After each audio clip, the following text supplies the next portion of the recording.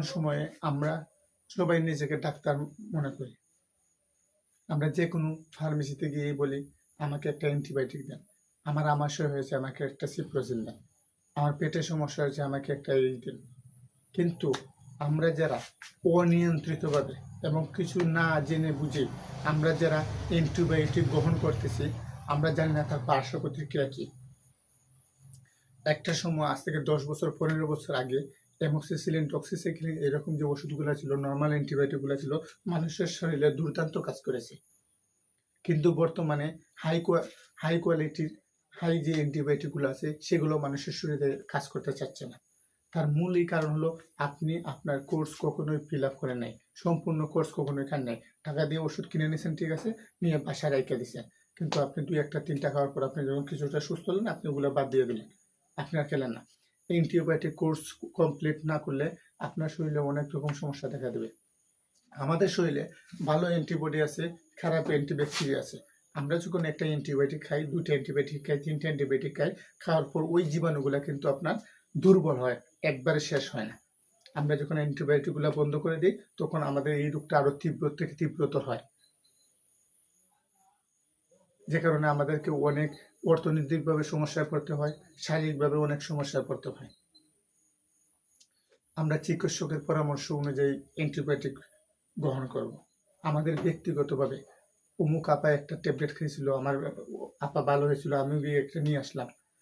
চাচা একটা খেয়েছিল, সে ভালো হয়েছে, আমিও গিয়ে একটা নিয়ে আসলাম। না, ওনার শরীরের ওজন আপনার শরীরের ওজন এক না, ওনার শরীরের গঠন আপনার শরীরের গঠন এক না, উনি আর আপনি একই না। রোগের নাম এক হতে পারে কিন্তু এক না।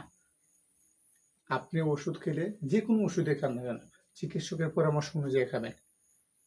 আজকাল আমাদের শরীরে বেশিরভাগ মেডিসিন রেজিস্ট্যান্ট হয়ে গেছে, অ্যান্টিবায়োটিক রেজিস্ট্যান্ট হয়ে গেছে, শুধু এই অপচিকিৎসার কারণে।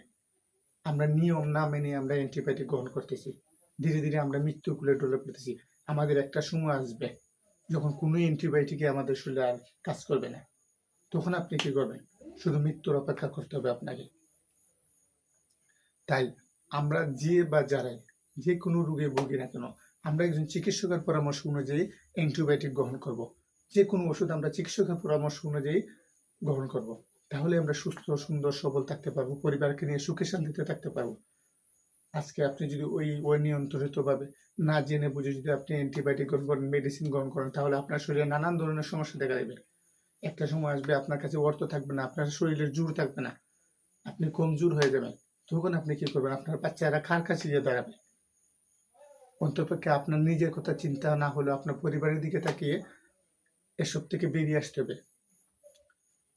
নিজে সে জানেই না এই অ্যান্টিবায়োটিকের কাজগুলো কি, কিন্তু গিয়ে ফার্মেসি বলতেছে আমরা এই অ্যান্টিবায়োটিক দেন, ওই অ্যান্টিবায়োটিক দেন, এবং সে নিজে খাচ্ছে আবার অন্যকেও খাওয়াচ্ছে।